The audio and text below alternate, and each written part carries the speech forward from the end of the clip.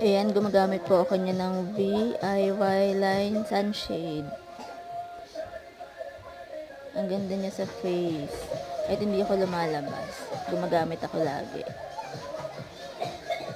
Isa pa lang yung nabibili ko, walang budget eh. Kaya yan, isa lang muna, try lang muna. Pag may budget, bili na lang ulit.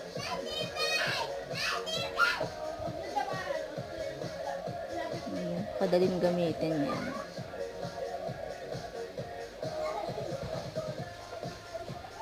Matipid pa.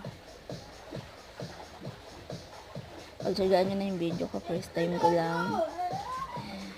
ko mag-video at mag-edit, kaya pasensya na kayo. Maraming salamat po sa panonood.